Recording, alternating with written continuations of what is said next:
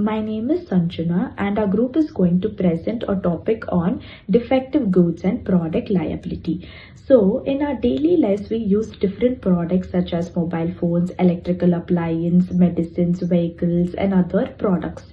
So we trust that these products are safe to use, but sometimes a product may have a defect and causes injury, damage or loss to consumers. So when a defective product causes harm, the question arises that who is responsible for it? So here the concept of product liabilities comes into picture.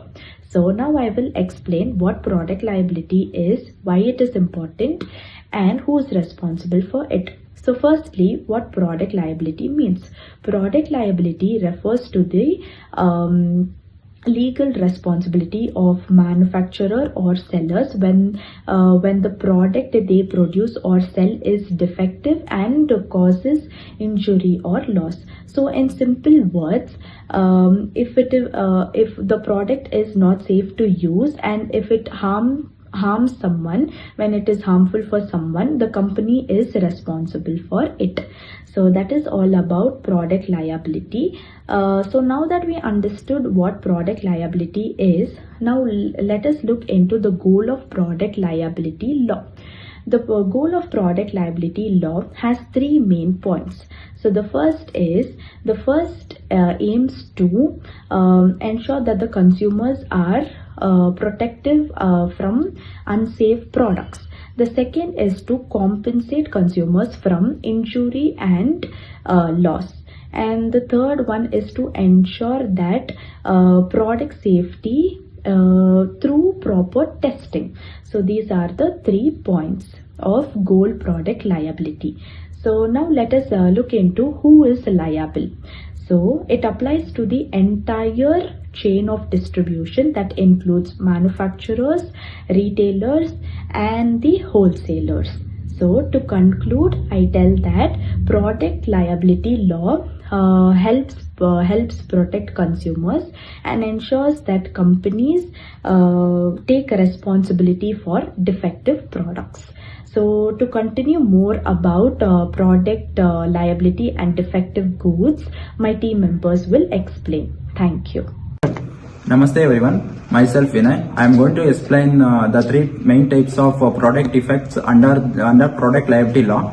To make a manufacturer or seller liable, the plaintiff must provide that the product was defective to anyone of those three ways: design effect, manufacturing effect, marketing effect. I will now explain each type with simple examples. First one is design defects. A design defect means there is a flat problem in the product's original design itself. Even if the product is manufactured perfectly, it is still unsafe because the design is a fault. For example, if a car is designed with a fuel tank that easily explodes during the minor accidents, then all cars with the design are unsafe. Here the defect is not in the production but in the planning and engineering. Second one is manufacturing defect.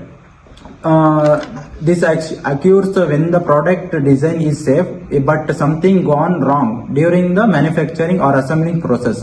For example, if the blood in the machine is cracked or a medicine tablet is combined during the production, that is a manufacturing defect. Final one is marketing defect. This happens when the product is properly designed and manufactured, but the company fails to give a proper instructions or warnings about risk.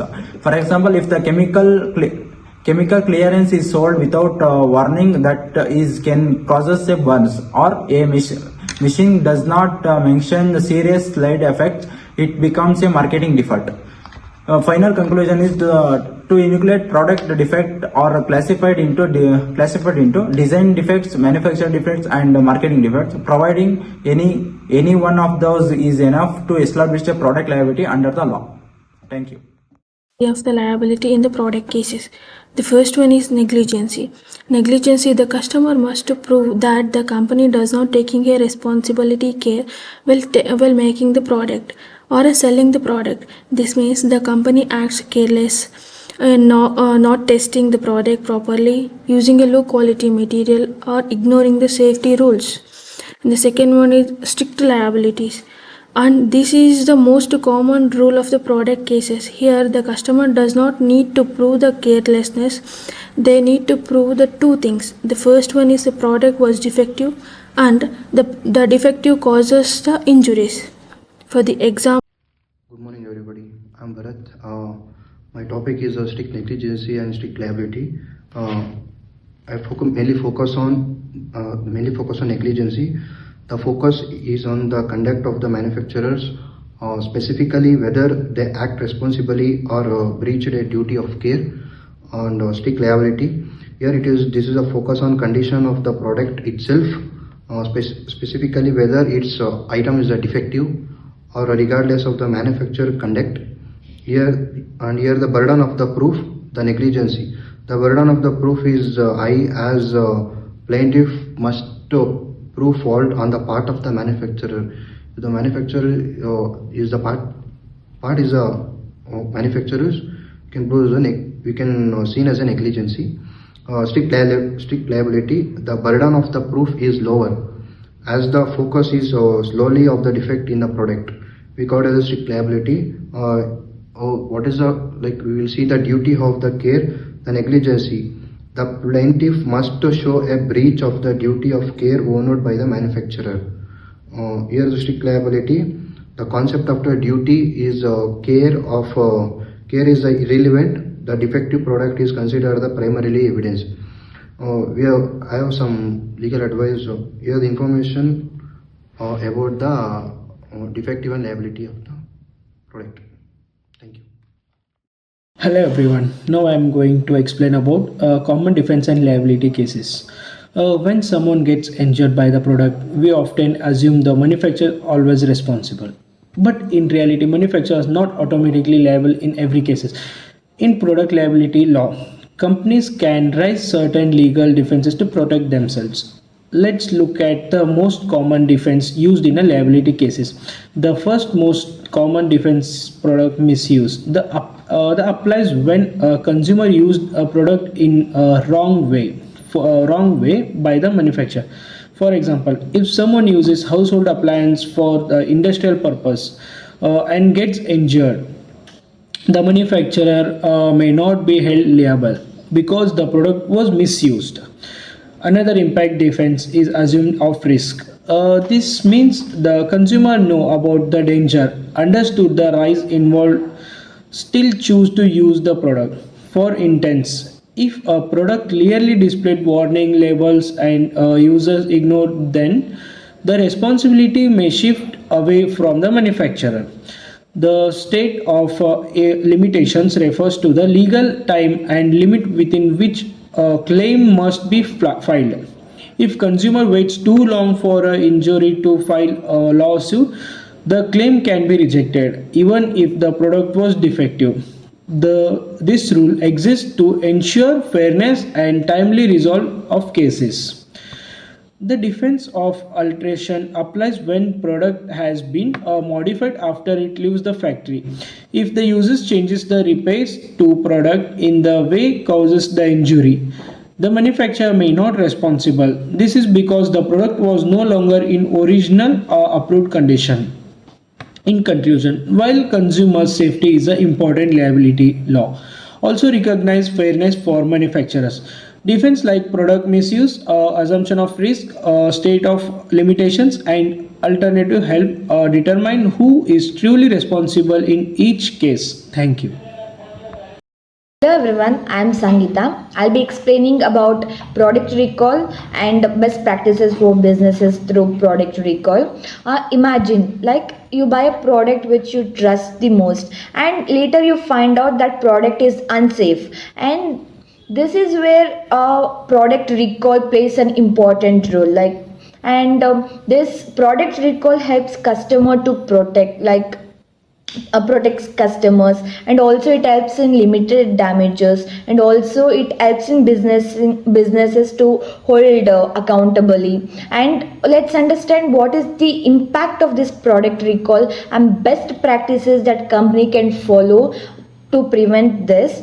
First is, like, we will see what is the primary purpose of a product recall. The first thing is to remove dangerous or defective products from the market, and also it all product when product poses a risk safety, such as like injuries or health problems or malfunctions, recalling helps to prevent this further harms. And also it also take responsibilities of customer safety, and if any mistake occurs, it places it makes sure it takes accountability.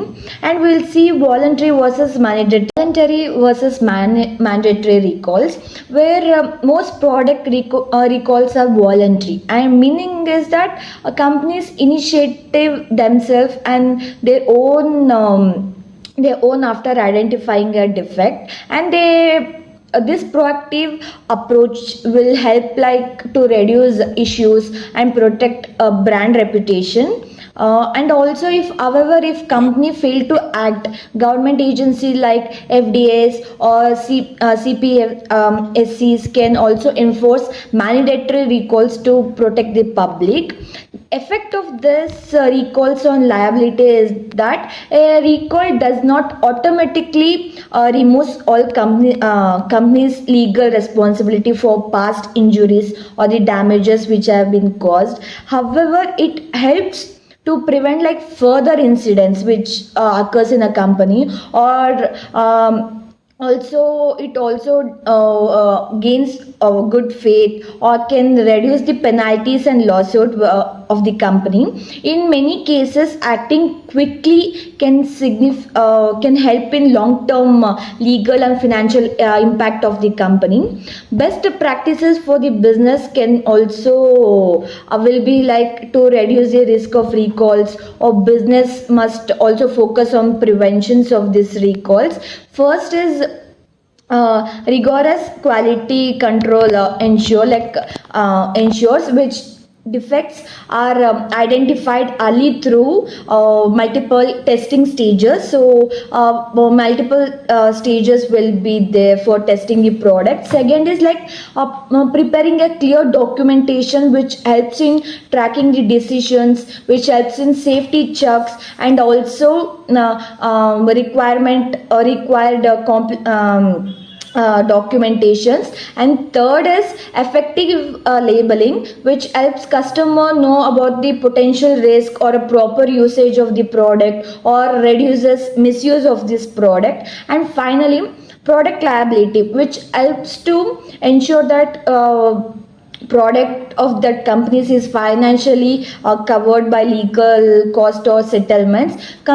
We can conclude that product recall are not just that legal actions, they are a reflection of companies responsibility what they take. This businesses that which mainly focus on safety, transparency and quality building will make sure that they run long term, and also they make sure that customer trust is gained.